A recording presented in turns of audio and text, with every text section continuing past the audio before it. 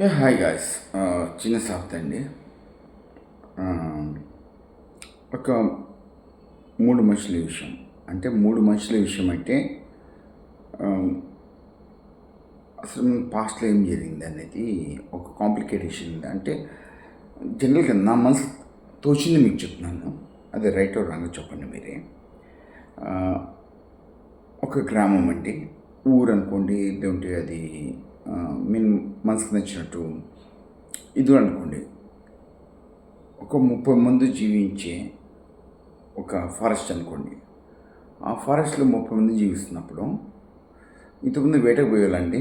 ఆ వేటలో మొత్తం అందరూ కుందేలు గానీ, జింకని గానీ, సింహాన్ని గానీ వేటాడి మాంసాన్ని తెచ్చి తినేవాళ్ళు.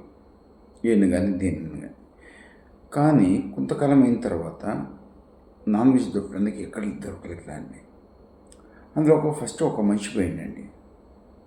ఆ మనిషి పోయి నాన్ వెజ్ దొరుకుతుందని చెప్పేసి ఆలోచిస్తే దొరకలేదండి. దొరకనప్పుడు ఏం చేసిండు, ఒక చెట్టు మీద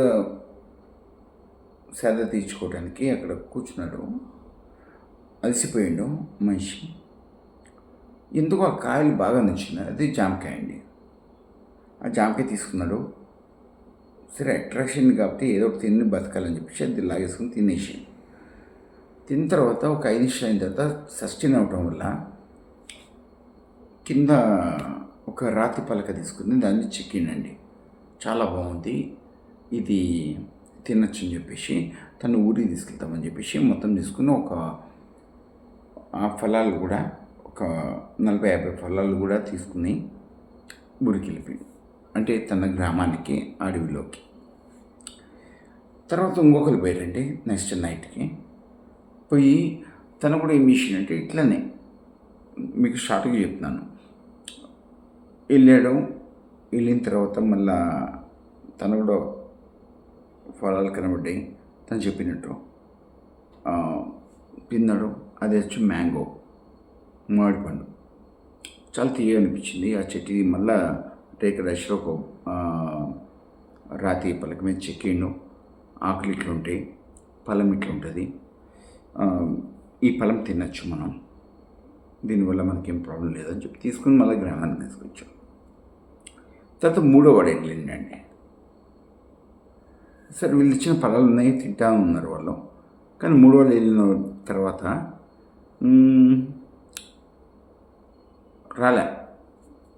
సరే వీళ్ళిద్దరు ఏంటంటే మేము వస్తామని చెప్పేసి చూసి వెళ్దాము, ఏమైందో మరి తెలియదు సంగతి అని చెప్పిపోతే అక్కడ చనిపోయి ఉన్నాడు. చనిపోయింది కదా, మరి చనిపోయిన తర్వాత ఏముంది, గంధరకాయ తిన్నాడు ఆయన. దాని ముందు మళ్ళా రాతి మీద చెక్కారు, ఈ ఫలం తింటే చచ్చిపోతారని. అంటే నేను ఆలోచించేది, నేను చెప్పాలి ఒకటే విషయం అండి. ఏది తినకూడదో ఏది తినాలో అనే విషయం వచ్చేసరికి ఎంతమంది చనిపోయి ఉంటారు మనకి ఈ భుక్తి కోసం. అంటే మనం ఏం తినాలో ఏం తినకూడదో అన్న విషయంలో 100 మంది పోయారా, 1000 మంది పోయారా మన ఆలోచన శక్తికి లేదు. Thank you.